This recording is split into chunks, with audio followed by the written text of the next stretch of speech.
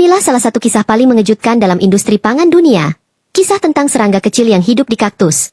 Namun diam-diam menggerakkan bisnis global bernilai ratusan triliun rupiah.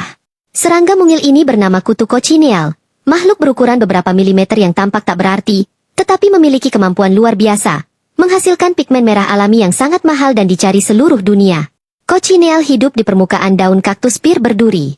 Mereka menempel, berkembang biak, lalu membentuk koloni putih seperti kapas.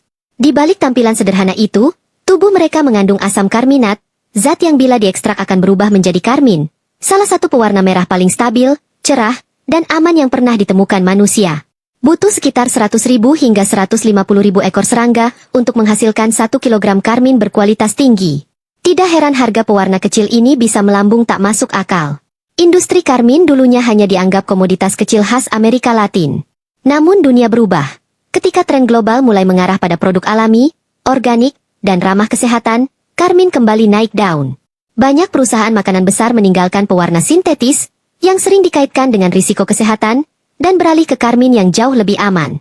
Dari sinilah nilai industri ini melonjak drastis, hingga mencapai ratusan triliun rupiah per tahun.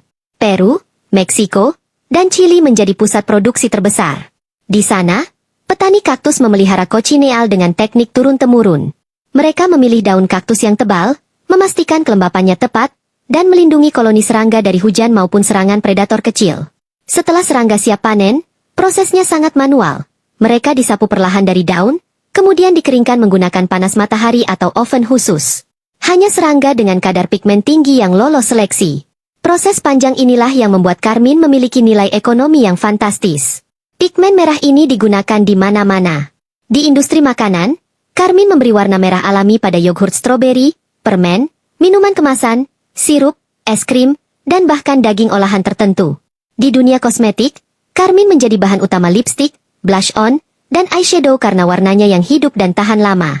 Bahkan industri farmasi menggunakan karmin untuk memberi warna pada kapsul dan obat sirup agar lebih menarik dan mudah dikenali. Lucunya, banyak konsumen tidak menyadari bahwa warna merah yang mereka lihat setiap hari berasal dari serangga. Di balik lipstik mahal, di balik yogurt rasa beri, hingga produk kecantikan terkenal, ada jutaan kutu kecil yang pernah hidup menempel di kaktus jauh di Amerika Latin. Namun justru itulah yang membuat kisah ini begitu menarik. Serangga yang secara alami dianggap tidak penting ternyata mampu menciptakan rantai ekonomi yang rumit dan bernilai luar biasa besar. Ketika dunia semakin sadar akan pentingnya bahan alami, permintaan karmin terus meningkat.